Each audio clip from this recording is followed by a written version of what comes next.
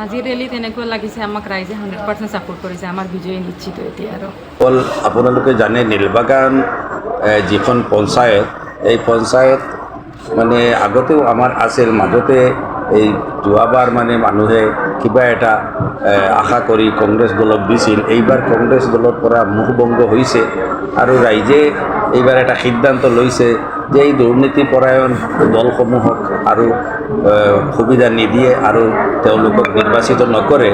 গতিকে ৰাইজেই এটা AIUDFৰ পক্ষ লৈছে অট'মেটিকভাৱে।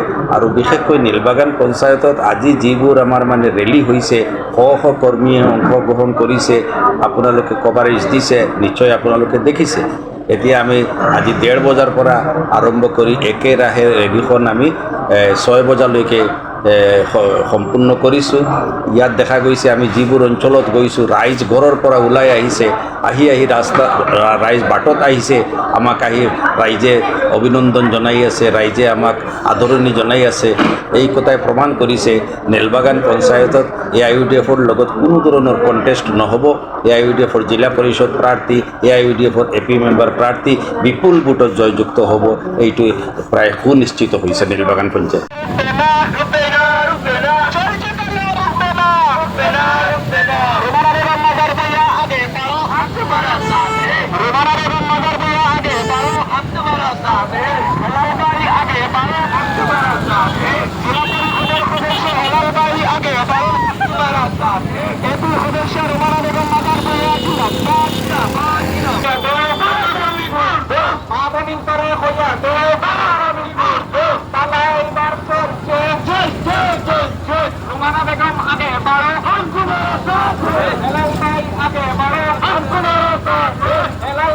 আগে